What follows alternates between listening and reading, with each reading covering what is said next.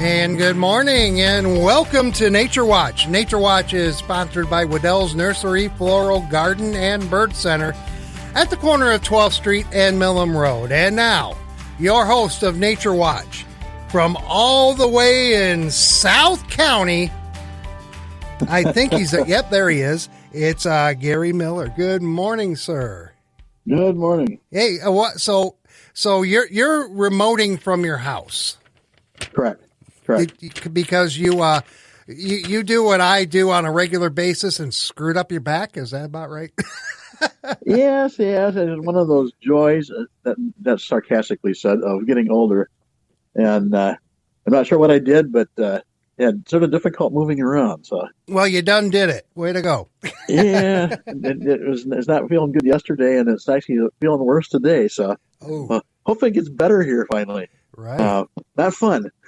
And I'm going to blame the weather a little bit. Like cooler, damp weather.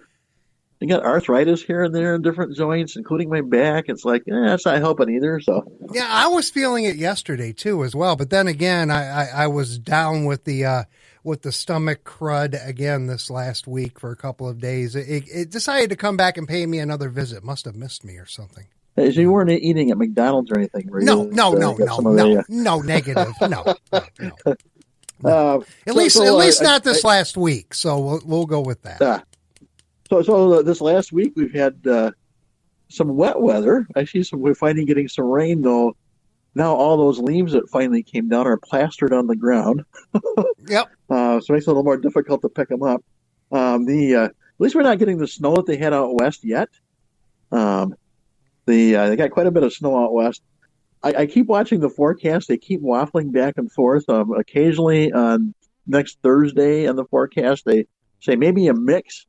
And next Saturday, possibly some snow showers.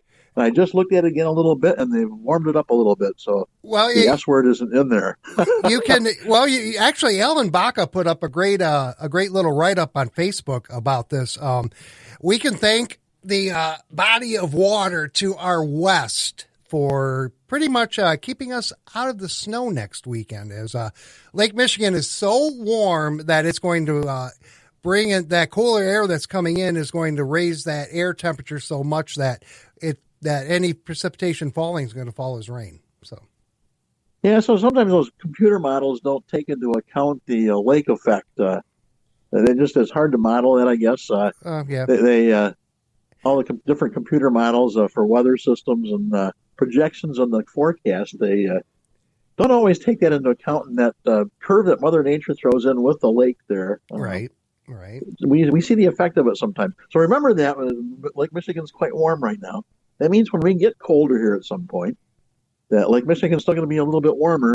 And guess what happens when it's a little bit warmer? We get lots of snow. I would go see your local outdoor dealer as far as shovels, snow throwers, or like me, make sure you can shovel it so you don't mess your back up again. So. Right, exactly. Or hire somebody. Yeah, there you go.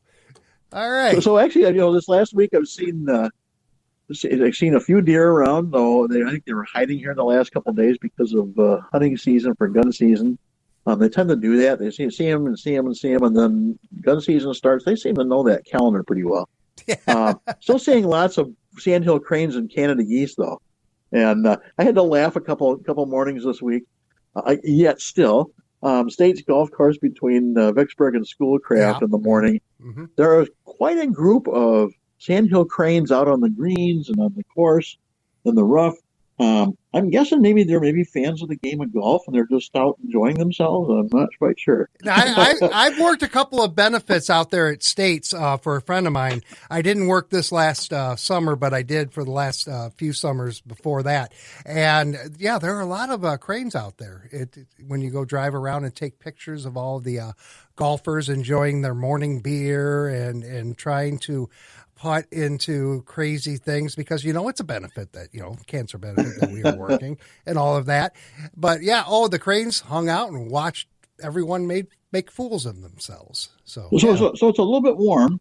And actually I mentioned that because tomorrow is National Hiking Day. Oh. So great day to get outside, even though the weather is going to be a little bit on the damp side. But sometimes having those little darker skies You don't get quite the glare, and sometimes you can see more wildlife out in that, a little less glare than you can when it's quite bright out. Yeah.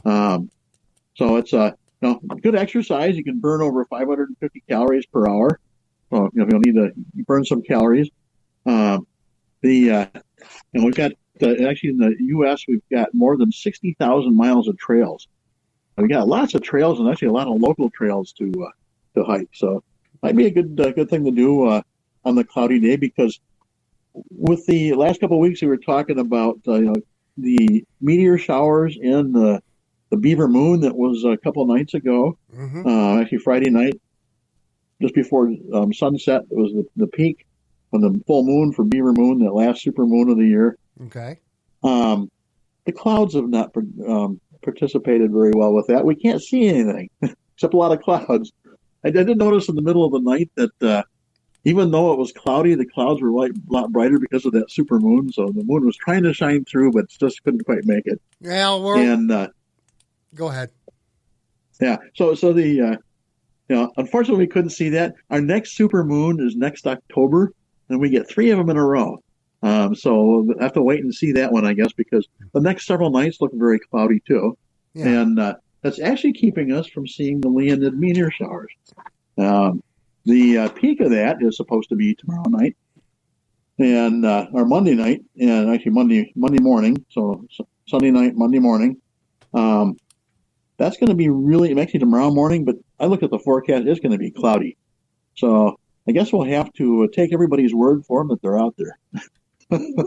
Or see, hopefully somebody someplace has clear skies so they can take some photos. They can actually find something. NASA sometimes has some pretty good photos of those. Yeah, I think we're making up for our incredibly sunny October and start to November. Oh, unbelievably. Yeah.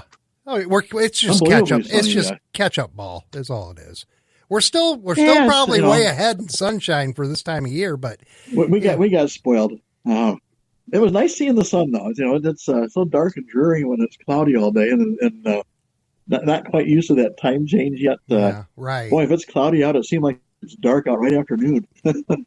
And something I wanted to bring up with you too, as I was looking through everything, weather-wise, as we always do this. We usually start off talking about the weather.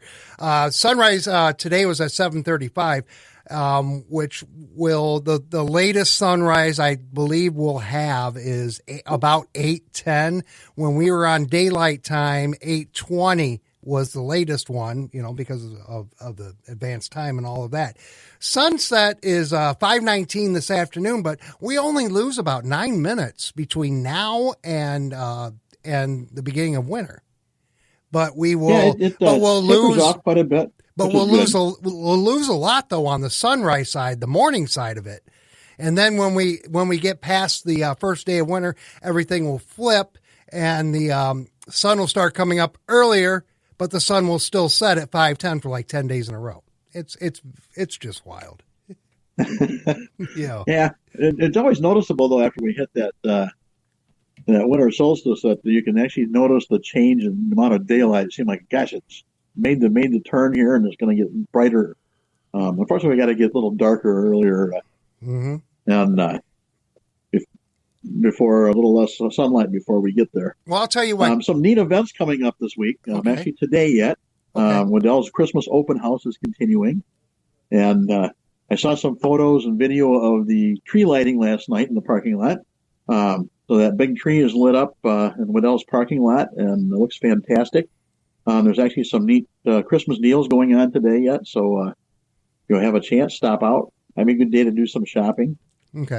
This next week, Kalamazoo Area Wild Ones on Wednesday has their monthly meeting at 6:30 at Priorities District Library, and they're doing a native gardening question and answer with Mike Weiss, Chad Hewson, and Steve Quito. Oh, okay. And that's Wednesday, and on Thursday they're doing their Pints and Native Plants, their little informal gathering at Brewery Outre, which is in the Harrison Circle building at East Ransom Street in Kalamazoo. So that's at 7 p.m. Mm-hmm.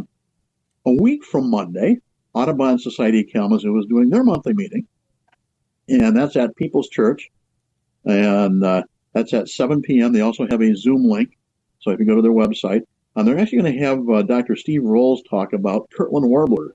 And the title of his talk is Birds on the Move, Looking to the Past to Secure the Future of the Kirtland's Warbler.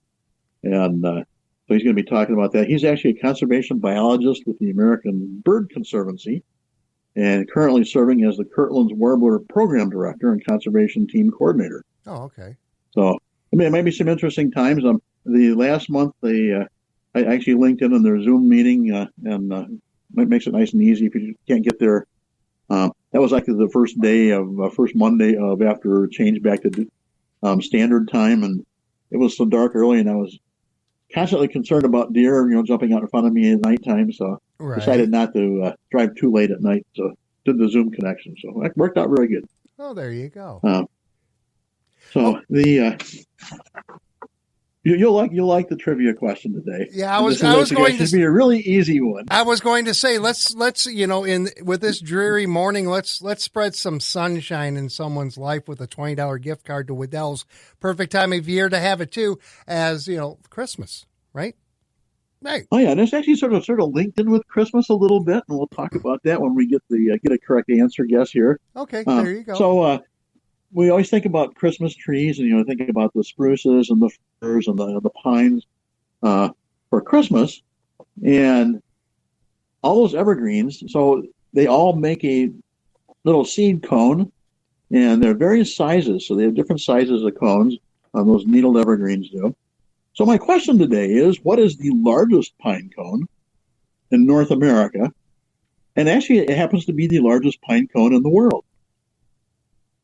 So it should be a pretty easy one. If you search this, you're going to find the two species of trees.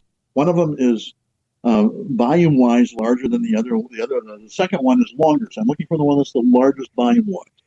Okay. And then we'll talk a little bit about the one that's longer. Okay, 269-382-4280. First correct guess at Gary's trivia question will win a $20 gift card to Wedel's. And what's that question again, sir?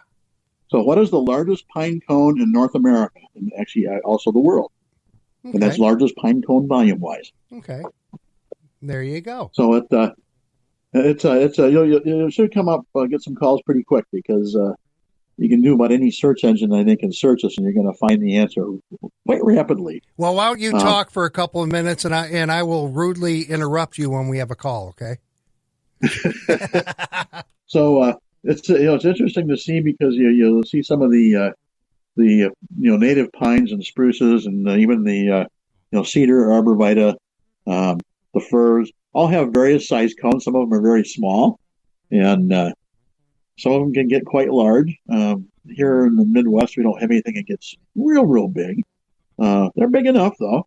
And when we get to the answer to the trivia question, we'll see why there's some concern about not walking under them when the cones are falling, because I think we've all had the experience at some point or other. Red pine or white pine have dropped a cone, and they're not real big, but they don't feel good when they hit you either. Well, they probably hurt your back too, and this is where I rudely interrupt you and introduce you to Wendy. Good morning. Good morning. Do you have a guess? Wendy. I do. Is it the sugar pine? Oh, that was actually the second choice. Oh, that's the longest one. And one I'm looking for is the one that's the biggest volume. And you're going to talk about the sugar pine coming up, right? Yes, I am. Hey, okay, there you go. Wendy, try again. 382-4280-877. 382-4280. Gary, it sounds like you just hung up on me. Are you there? So those cones, tend to be somewhat little pointy on those the exterior of those, and they're usually quite tight when they fall before they open up to drop the seed. Sometimes that opening of the cones is driven by fire. So forest fires sometimes are beneficial in some of the species in opening those cones up. There's a lot of animals that eat those pine nuts. So small mice, voles, you get larger animals, squirrels. There's depending on, there's a lot of birds that eat some of those pine nuts too. So it's interesting to see some of those cones. When you see some of these big cones, though, you're like, oh my goodness, they're huge. Okay. Donna, is on the phone this morning. Good morning, Donna. Good morning. And what's your Morning, Donna. Gary's dropping everything in South County. I can tell by the way he's. What's your guess? The Coulter pine? Oh, that is correct. The Coulter pine. Ding, ding, ding, Congratulations, Donna. Thank you. There you go. Donna, you want a $20 gift card to Wedel's. I need to get some information from you. Can you hold on the line for just a moment? Sure can. Great. Thank you very much. And Gary, you stand by as well. Nature Watch continues. We're going to talk about sugar cones, I think. Right? Yes. Okay. Thank you. I'm glad you keep me on an even keel here. We're back in 70 seconds on WKZO. It's the Christmas Open House celebration going on today until 5 o'clock at Wedel's Nursery Florist and Garden Center. Wedel's is where you'll find the best quality and selection of Christmas ornaments and lifelike trees, as well as an amazing selection of holiday signs, pillows, and Christmas decor. And it's all 25% off now through next Wednesday. Plus, today only get your in-store coupon to save up to an extra 10% off any regular and sale merchandise. You could save up to 35% off Christmas trees and decor. You'll also receive a coupon for free popcorn and hot chocolate, and for just $3, add all the fixins to your popcorn and hot chocolate with several yummy mix-in treats and toppings. And to top it off, the Polar Express movie will be playing for kids of all ages to enjoy. Save big on many decorative items, including mailbox covers, music boxes, Santas, floor mats, and so much more during the Christmas Open House today until 5 at Wedel's Nursery Florist and Garden Center. It's time to get social. Facebook. I use it for just about everything. Follow us on Twitter and Facebook at WKZO Radio.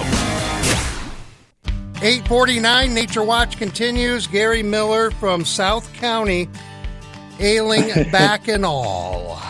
Hey, my back hurt and I made it to work. What's your excuse? No, I'm kidding. Sure, rub it in. Rub it in. No, I'm not going to. I'm not going to. I get it. Trust me, I get it. It's not fun not to be able to move very easily. No, it's not. So the Coulter pine, which is the pine I'm looking for, Pinus coulteri, is a native of the coastal mountains of Southern California and northern Baja California in Mexico, and produces the largest pine cones by volume of any pine. Coulter pine trees can reach heights of over 100 feet tall, with cones weighing over 10 pounds. That's why it hurts. The nickname Widowmaker. Oh my God! That's bowling ball weight. That's a bowling ball weight right there. I'm telling you. Yeah. And then having those sharp, those cones closed up, and those sharp, pieces of the cone that are sticking out. Oh my goodness! They're literally called the Widowmaker. When they were first lumbering in some of those areas, in some of that virgin forest, they had a few fatalities from those cones falling on the lumberman. But you imagine that big of a cone. If you see photos of them, they're just big. They're huge. And they're like basketball size, elongated then, and but they're that wide. Just that weight alone, it was like, oh my goodness, I would not want to have that fall on me. And so that's why they call them the Widowmaker. Okay. The other pine that has a cone that's very large, it actually grows somewhat similar area, is the sugar pine. That's the guess that Wendy had. Mm-hmm. Pinus lambertiana. That has the longest cones of any conifer. And sugar pines bear pine cones that can grow up to like 22 inches long. I think the world record is like 22.9 inches, almost 2 feet long. They're huge as far as length. They're native to North America. Sugar pine remain the tallest of all pine tree species, reaching a height of 250 feet or more. One of their nicknames is King of the Pines. They can live up to 500 years, so very old trees. Sugar pine cones are actually neat to see because we usually have them at Wedel's and have them for some Christmas decor. Not the 22 inches though, but the ones we have are usually 12 plus inches, so they look very large compared to what we usually see for pine cones around here. They're still neat for some Christmas decor and that.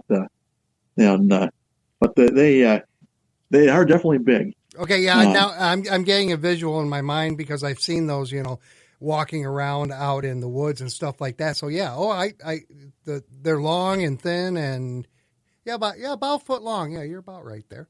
269-382-4280. We don't have a lot of time left, about let me see, 5 minutes or so to take calls. So if you want to call in now, please do so, or you can text it into 80373.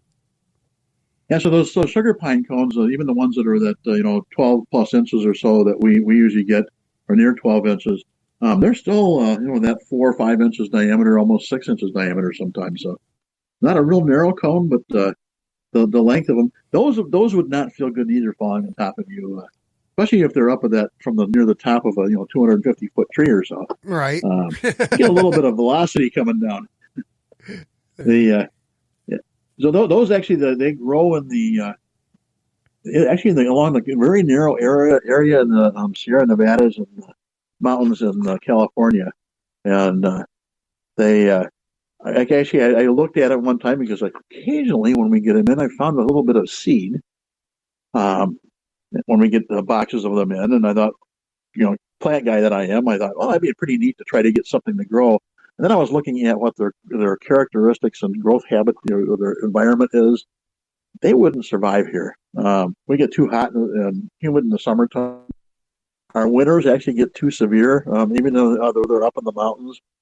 They still get somewhat milder winter based on the winds from the Pacific, and we just get too dry in the summertime too. They just would not, and they would not get that 250 feet tall, even if they would start growing here.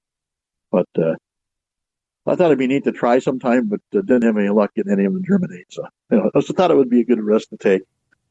Just something unique. Yeah, there you go. So that's all. It's always one neat thing. You go out and get to travel around, get out in nature, and go and enjoy like National Hiking Day tomorrow, and get to see some neat things. With these warm weather, we're still seeing a lot of insect activity, which is good for all the birds. A lot of birds eat insects. Still have a lot of those birds around that stay here in the wintertime, and they're getting a lot of extra protein from those insects that are around. I still see some mosquitoes periodically buzzing around, so it's definitely warm enough for them.